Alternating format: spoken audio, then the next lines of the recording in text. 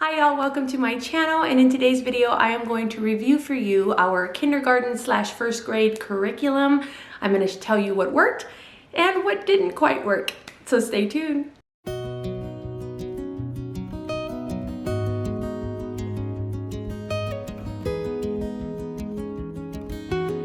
Okay, well, if you are new, welcome to my channel, Pursuing Peace. My name is Dina, and I am a homeschooling mama of 5 kiddos, 11 and under. And on this channel, I share my passions for Christ, for homeschooling, and for encouraging mamas in their faith and in this amazing season of motherhood. So if you'd like to join me on this journey, click the subscribe button down below, and don't forget to click the little bell icon so you get notified whenever new videos pop up. And you can also follow us over on Instagram at Dina_Pursuing Peace.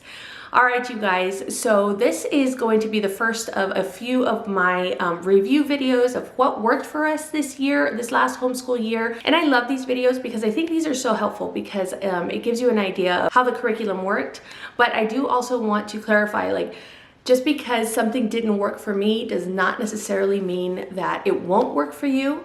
And vice versa, just because something works for us does not necessarily mean that it will work for your family. So these are just my thoughts, my honest thoughts and opinions on all the curriculum we used. So I have a first grader, but we're still working in some of her kindergarten curriculum because she did have struggles reading a little bit. She is past that now, praise God. And I'll show you what we did to kind of help her through that struggle a little bit and what part of which curriculums we used in order to be able to do that.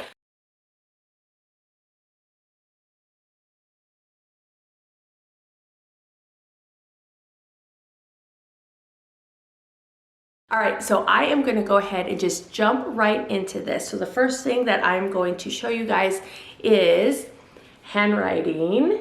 And this is handwriting from The Good and the Beautiful. All of my kids have absolutely loved The Good and the Beautiful handwriting. And I'll show you just kind of where she's at right now. Now this is level K. She is almost done. Like, if you can see, she's only got that much left in the book. So she is almost done with this. You know, she's writing her name, first name and last name, and just doing a bunch of things. I just noticed, I'm not sure what exactly she did on this frog. I'm not sure what's happening with that frog, but that's drawn on the other stuff. So anyway, so she's done like all of this, kind of going through this whole book, and she's done a really good job. She goes through and she draws pictures. That's what we love about The Good and the Beautiful handwriting, is there's pictures in here that you can draw. There's copy work. There's fun things like mazes on every page. Not mazes on every page, but activities on every page. So it's really nice. It's not just sitting there doing handwriting. See, and then it'll prompt her, like this one said, draw a rainbow over the balloon, you know? And so she'll do that. Now, I will say, again, like so she's my fourth one. I have 5 kids. She's my fourth one. All of my other kids have loved the handwriting. I think she just doesn't like handwriting.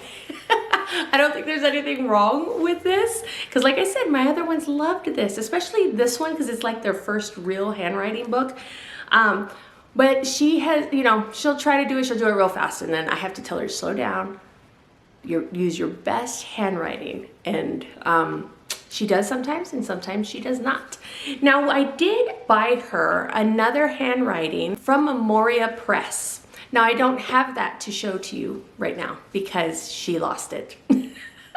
I do have a Bible study that I go to, a women's Bible study that I go to in the mornings on Fridays sometimes, and the kids will take their schoolwork and do it there for a bit. And she took her schoolwork, and now we cannot find that handwriting book. So she did love it. The reason I got it was because it was cursive, and it was made for her age, but it was cursive. I'll link it down in the description box. I've been thinking about whether or not to get that again. She enjoyed it, so I might get that. Again, for her next year, I'm not sure. I do have her level 1 handwriting. So I'm just gonna kind of see. I'm gonna see if she likes that level 1 handwriting or if she really does want to do cursive. She's my only lefty. And so sometimes it seems like cursive was a little bit easier for her. And she sees her older sisters writing in cursive, so maybe she'll want to do that a little bit more. But again, like I said, I don't think there's anything wrong with this. I think it's just, I don't know, she wanted something different and she really did want to try cursive. And the Good and the Beautiful doesn't start cursive until level 3. And so I just wanted to try it. I wanted to try cursive. I've always been interested in trying cursive at a young age. So I might give it a shot again. So yeah, that's our handwriting. Okay, the next thing I want to talk about is classical conversations. If you've been with me the last couple of years, you know that we do not have a CC community in our town, in our city. And Adeline, my number 4, the one that I'm talking about right now, she was when we first got here, she was in a community for a semester. So her and my preschooler are the ones that have the least amount of experience with classical conversations. So again, I'm not saying that CC is not working for her. It is working for our family because it is a kind of a family curriculum. But she doesn't like sitting with us. She doesn't like doing her maps. She doesn't like doing the memory work. Like, she doesn't like any of that. So she always asks if she could go play. And I have been lax on that lately. I have let her and my little one just go off and play, and then I'll do symposium or morning basket with the big kids. She does enjoy, however, the read alouds. I have them just sit and color, and I'll do our ancient world echoes. That's the read aloud that goes along with every week in our CC curriculum, and she does enjoy those. I really do like that she likes those. So I mean, we're not going to stop doing CC, so I'm just looking forward to a time when she can kind of be in a community and see what it's all about and be able to do the presentations again and be able to do the art projects and the science experiments and just kind of see CC for what it is. She just likes to do her own thing, you know? So again, not saying CC is not working for her, but she's not really enjoying it as much right now as I think she would if we were in a community and she could see, you know, friends that are her age doing the exact same thing. So yeah, so that is our classical conversations curriculum. So the next thing I'm going to review is language arts from the Good and the Beautiful. Now this is the curriculum that teaches them how to read. And this is what she was struggling with at the end of last year and going into this year. She was really struggling, just, I don't know what it was, blending letters. She gets overwhelmed very easily. And so once that happens, it's really hard to get her over that hump of, okay, but we need to get through this. And you know, not that you have to get through a lesson every single time, but you know your own child, right? You know when this is actually a thing that is bothering her versus this is something she needs to learn to get over, if that makes sense. And so I realized at some point, okay, this is something that we need to overcome. And so, yes, sometimes she'll cry, sometimes she gets overwhelmed and she gets frustrated. I tell her to calm down, we breathe, and we just kind of keep going with the lesson. And I said, we're gonna keep going, honey, so we're gonna keep going, baby. So I need you to breathe, I need you to calm down, and I will help you as much as possible. And I do help her, I help her a lot. And I pray during those moments because it's so easy for me to just get frustrated with her. And so I just pray, and I'm like, as I'm telling her to be calm, I say, Lord, please help me to be calm and not get overwhelmed and not like yell at her because I feel like she's not doing what she's supposed to be doing, and to just be patient with her and just finish that page. And that's it. And we do 10 minutes of it, and that's it. And so the language arts curriculum comes with these reading booster cards. And these are pretty important to go along with the curriculum, like even the lessons in the curriculum, and I'll show you here in just a bit. And just so you know, I'm not really gonna flip through any of these curriculums. If you want to get a good flip through of all of these, then I will link my video up top here at the beginning of the year where I go through and really give kind of a thorough flip through of what all of this entails and everything. I'm just kind of giving you an update or review of how we used it and how it worked for us. Okay, so for instance, every once in a while throughout the lessons, this happens to be an assessment, but it's not always an assessment where this happens. You'll see this little target right here, and that means that your student needs to be at page 16. Here we've got the page numbers up top. And they'll have to master that page before moving on in this bigger book.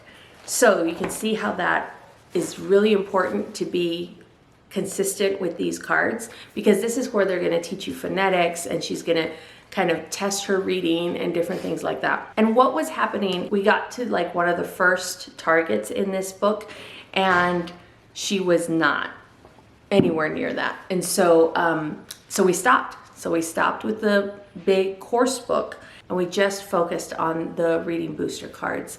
And so what we did is for 10 minutes, I set a timer.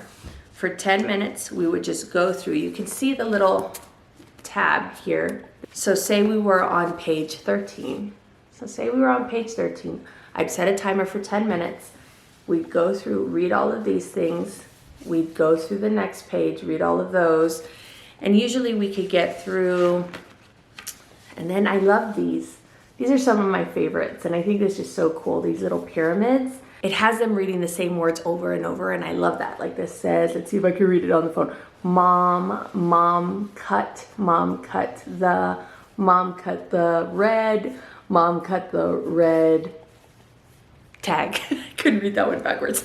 So you see, I love these, and then she'll read a couple of them, and then down here, they'll prompt you to read, in this case, it was book number 6, Big Red. Oh, this is where we stopped. I remember reading Big Red a lot.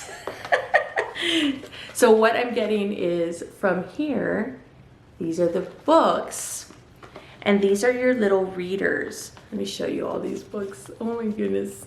There's just so many books, and it's so cute. It comes in this little box. I love the little box because I feel like it didn't used to come in a box. Oh, you used to have to like staple the books together. Does anybody remember that? Oh my gosh. Guys, I was thinking the other day, like I grew up with The Good and the Beautiful. I like grew up like in my homeschooling journey with The Good and the Beautiful. Like I remember like we used some of the very first language arts that ever came out, the first math, like handwriting. Oh, like my oldest grew up using all of the original stuff. So man, that's crazy that we've been homeschooling that long. So this is Big Red. And then we will go through and read, and sometimes we get through all of it in the 10 minutes and sometimes we wouldn't. Oh, actually, you know what? Never mind. I did not, when we were just doing the booster cards, I wouldn't set a timer. We would just read those 3 things, the 3 pages in here, and read this book, and then that would be her language arts for the day. And we did that for a few months, I would say, because I just felt like she just wasn't, I wouldn't let her go past that and master it. The way that they master it is they have these little stickers, and they can put a little sticker on it and saying like, oh, I mastered it, so cool, and we continue on to the next thing. I wouldn't let her put the mastered sticker on there until she really did, until I felt like she really could read it well, because it's so foundational. You know, all of these things that she's learning right now, they're so foundational that if I just move her along, then she's gonna have a really tough time when when things start to get a lot harder. So we did that for a few months, guys, and we were stuck at the beginning of this book for a long time. I remember thinking, oh man, I'm a little bit scared. But it was okay, and it was so good, because now, like, she still struggles a little bit. It's still challenging for her, but now I can see that, oh my gosh, she's doing so much better, and I can see her maturity level has grown. Her skills have grown. She can sound out words pretty easily now. Like, I'm just so happy that we did that.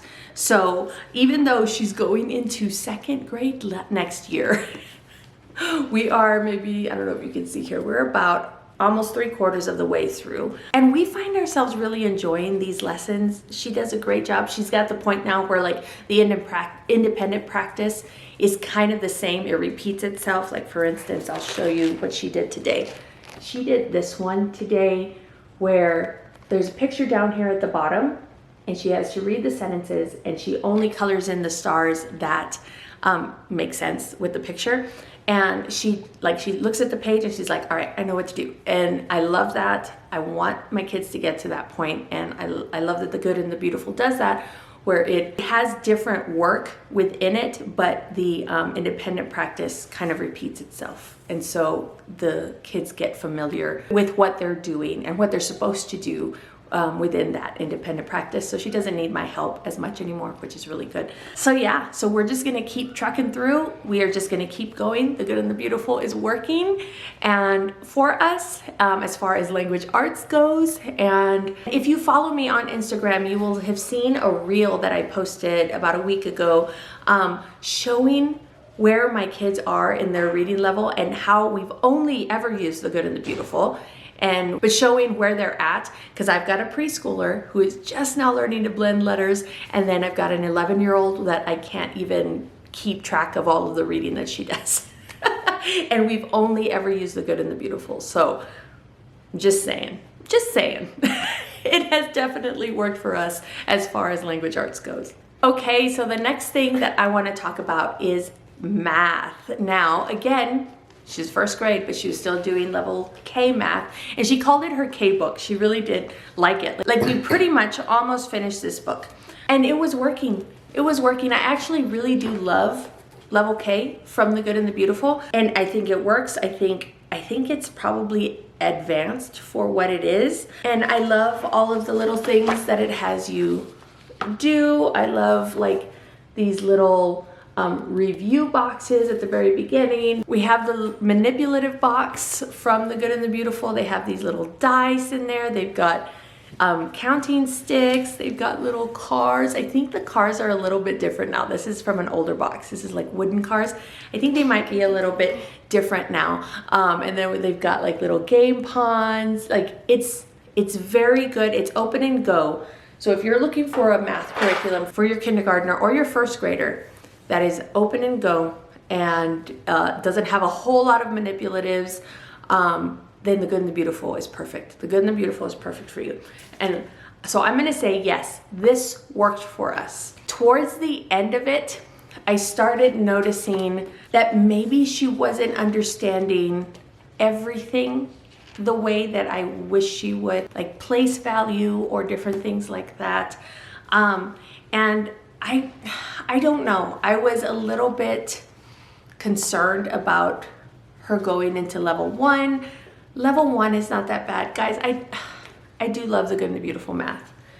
But I did do a thing, and I switched her over to Math with Confidence first grade level. Once we didn't even finish the math book because she was so like, she knew it. We got to lesson, that one, 113, and I think there are 120 lessons, so we didn't miss very much of it.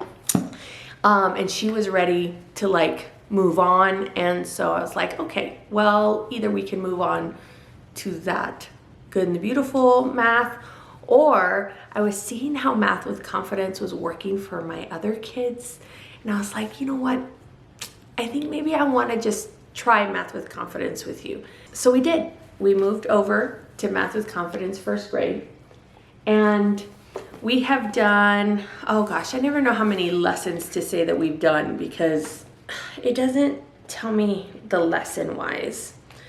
Guys, I have really enjoyed Math with Confidence. There's some things about the way that it's organized that I'm just like, you're making it more complicated than it needs to be.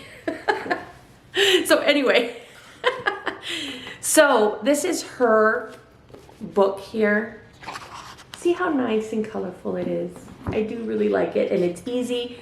She only ever does one full page, so front and back. But what I really bring out when we're doing the lesson is this big bad boy, and this is the teacher's guide. And now that I have done Math with Confidence with my boy, I am familiar with how it works. So I don't know if you remember at first, but I was struggling, guys, when I first started using Math with Confidence. Going from the good and the beautiful to this, I was struggling because, do you see how black and white that is? like what words am I actually supposed to read, you know? Yeah. It tries to help, like it gives you pictures, you know, it tries to help, but sometimes those pictures just, it adds to the confusion in my brain. I'm not sure what it is that's going on in my head that I just struggle. But I learned how to read it. I just needed the repetition of doing it over and over. When I first started, I used to have to I would highlight this section because each of these bolded items here are, they start the next section. And I couldn't figure it out. So I would highlight the next section. I'd have to go through the lesson before, like the night before, in order to be okay with just doing it. Like it was a struggle, but my boy loved it. So I wanted to keep doing it for him. And I'm glad we did because I can see his math sense is really good. And so I was like, well, let me try this thing. And you know what? I will say this reminds me of what the good and the beautiful math used to be. And I hate saying that because if you look at any of my older videos, I struggled with the old good and the beautiful math too because there was a lot of moving pieces. Now this does have a lot of moving pieces. It tells you in here how to prep for, how to prep a math box with a lot of different curriculum. The way that we do it is I have it in one of these Latchmate bins. And since I have a few kids in Math with Confidence, this is just one math box for all of my children. So let me show you. So it's got the little latch, the little lid, and then it's got a little tray inside. I'll link these boxes down below. They're bins. I think they're called Latchmate bins. You can get them at Michael's. You can get them at Amazon and Walmart. But if you want to go look, you know, and want to look at it before you buy it, then go to Michael's. And they're called something else now because I think Michael's bought them, or what are they called? They're called like Simply Organized or something like that now, something weird. But I'll leave the link for Michael's down below, and I'll also leave the link for like Amazon and stuff like that. Michael's is the only place though that I've seen them in white. I know this is gray, but this is, I forgot why we have this random gray one, but all of my other kids' school bins are white. So anyway, so if you look here, we've got a whole bunch of stuff. What she uses a lot of are like these cards.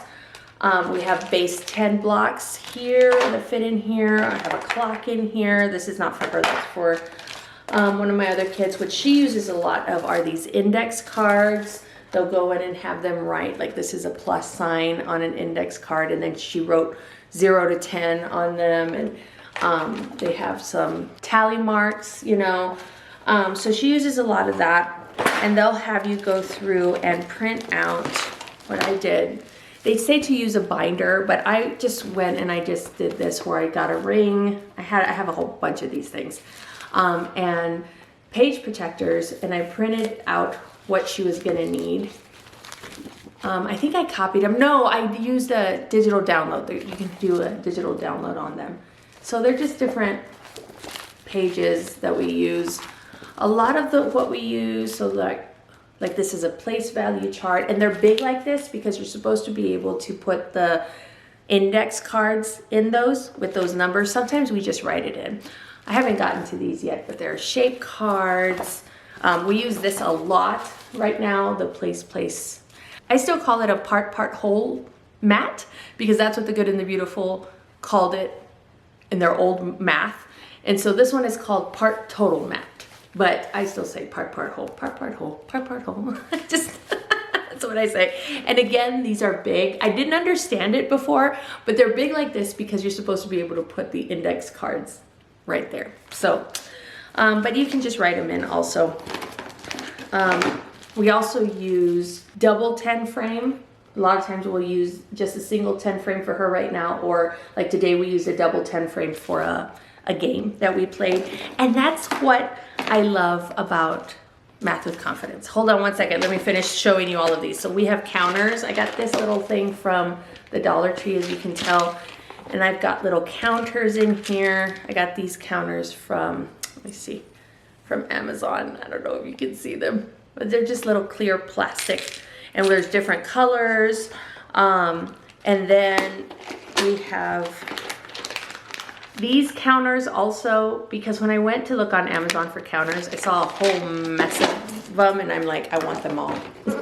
So I got them all. We also use these pattern blocks, and this all fits in nicely kind of on the bottom of it, as you can see, and then the tray will fit right on top.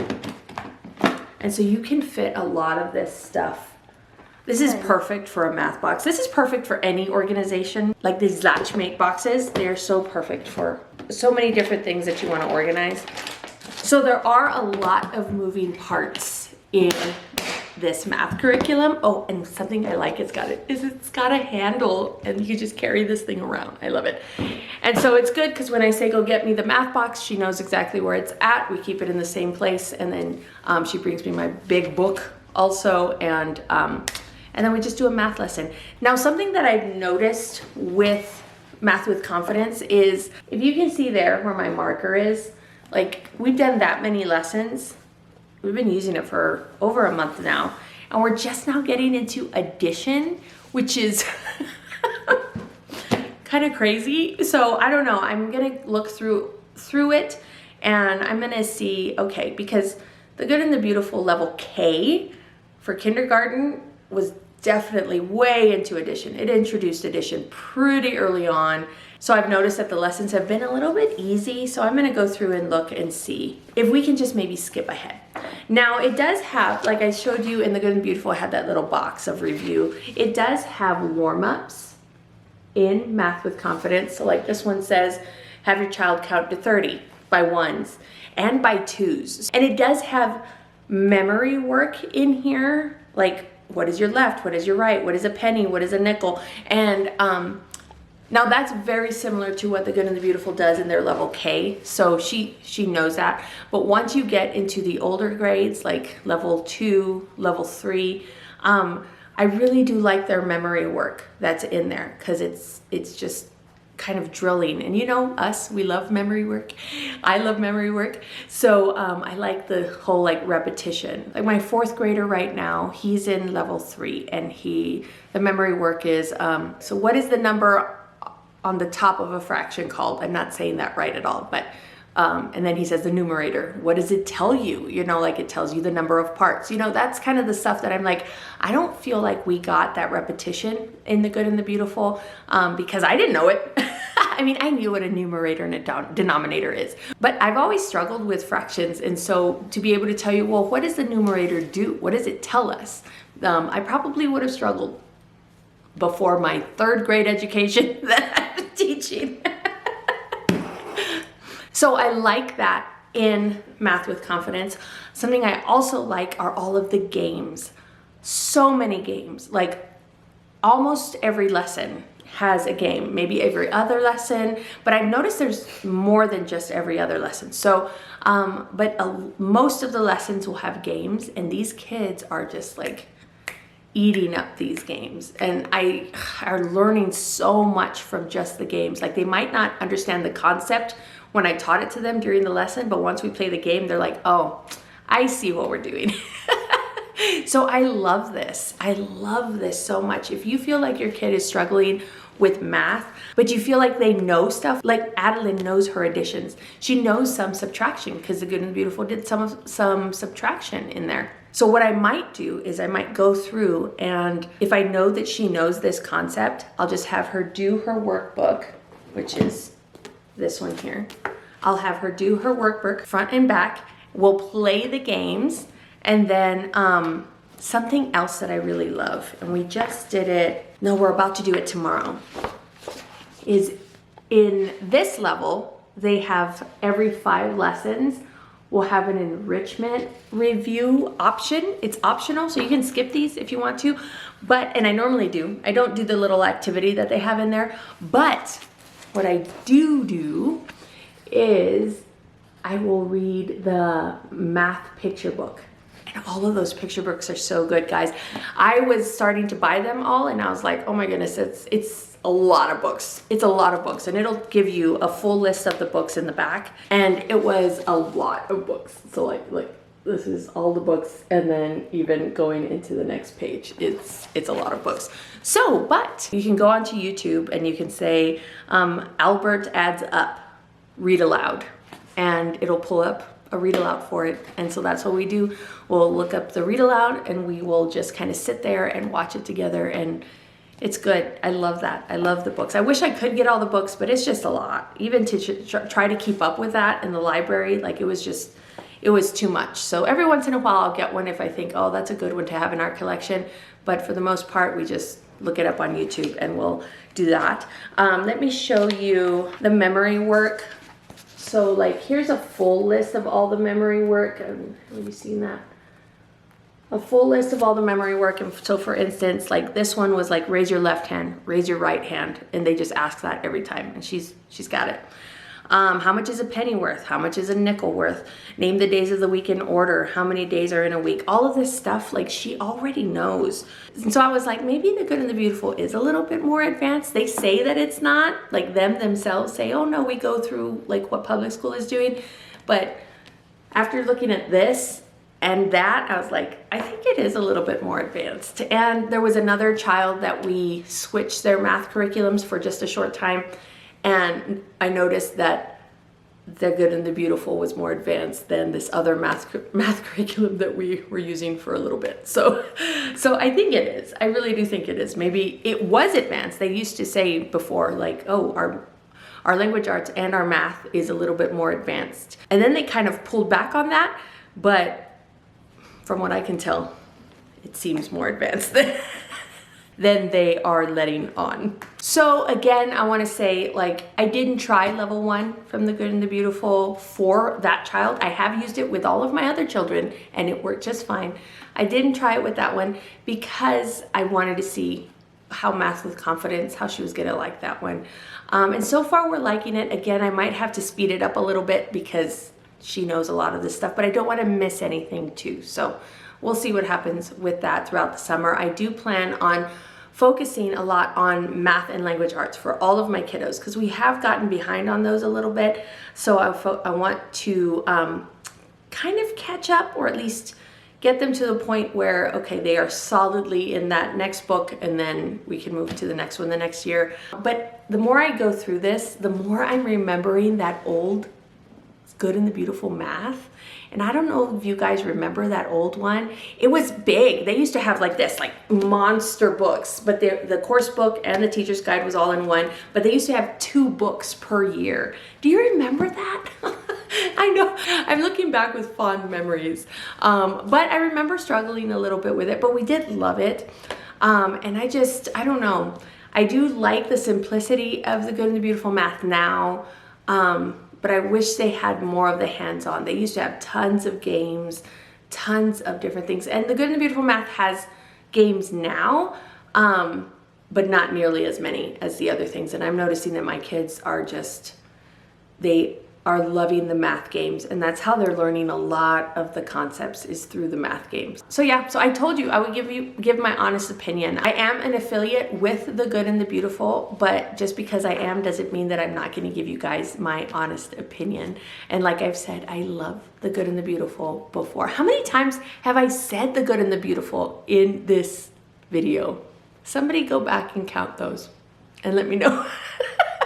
Because I feel like I've said it a lot. So anyway, so we are doing Math with Confidence. I foresee us using that in the near future. If anything changes, I will let you know. All right, you guys. And so in addition to giving you my opinion of the curriculum that we are reviewing today, I wanted to give you the opinion of my first grader. I thought it would be neat for her to come and tell you what she thinks about all of the different books that we are using this year. First off, do you like your school? Yeah. Yeah? Yeah. Do you like doing school with Mama? Yeah. Yeah? That's nice. I'm glad she said yes. I told her before this, you need to give your honest opinion. All right, so the first thing we're going to talk about is your handwriting book. Do you like your handwriting book? You can say no. It's okay. No. No, not really. And what do you not like about it? Do you just not like handwriting? Yeah. I just don't like that kind of handwriting. I like the cursive one better. You like the cursive one better? See? Okay, so would you like to have the cursive one again? Yeah. Okay, so we might try that, the cursive one from Memoria Press. I'll leave it linked down below. All right, so what about your reading cards? You've been doing a really good job with these. What do you think about these? You like them? Yeah. Yeah? Do they get frustrating sometimes though? Yeah. And it's okay, again, you can be honest. What do you like about these? Because sometimes there's hard ones and sometimes there's easy ones. Sometimes there's hard ones and sometimes there's easy ones. Yeah, sometimes you get it right away and sometimes it takes a while, right? But do you have to push through sometimes? Yeah, and when you do push through, do you see how you can read really well after that? Yeah, how the books get easier. Do you like your books? Yeah. You love these books? Do you like that they get easier the more you read them? Because I'm learning more. Because you're learning more, that's right. That's right, big girl. What do you think about your green book? Yeah. Yeah? What is one of your favorite activities in this book that you get to do? Let's see. Do you like looking at all the pictures Yeah. in the book? They do have art in here, guys, like art appreciation. Like this lesson here, it's lesson 1, but we go through, and they're actual paintings, and we go through and just talk about the lighting and the shading and just a bunch of stuff in here. If you enjoy it, right? What it would be like to live there, would be so cool. They also have an app. Do you know the little letter tiles app? This, and then we go over to level K. And then like today we did lesson 65. And she'll go through, the vowels are in blue, and she goes through and she can spell words. That's not a word, but, and then she can, when she's done, she can throw them away. So do you like your letter tiles one? Do you like spelling with this one? Yeah. Yeah. It's fun. Good. I do enjoy the spelling from the Good and the Beautiful for this level, level K, because it's not really spelling, it's more like learning how to hear the word and knowing what sounds go with which letters. So it's really good for that one.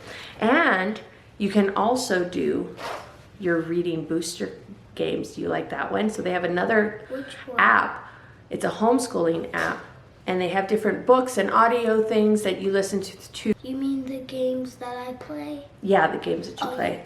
You like those? Yeah. So if you see, they have a bunch of these games, so we'll just pick one. Hat. Hat. That's cool. And then what do you do? Hat. Which one says hat? Hat. So she picked the orange. You couldn't see it, but it fell into the basket. And then I'll give her another word, and she picks that one, and then it falls into the basket. So I'll give her these when I'm working with my little one, and she needs something to do. She's finished her page for her handwriting, so I'll give her my phone. She can go do her reading booster games. And you like those? Yeah. Yeah? Yeah, she really likes those. She does. So what about your K-book? Did you like your K-book? Yeah. You did, right? Yeah. She really did. She enjoyed it. She asked to do her K-book like all the time, right? What did you like about your K-book? Everything. Everything. Was there anything in here that you didn't like? No. No. So this is how the Good and the Beautiful does like place value now.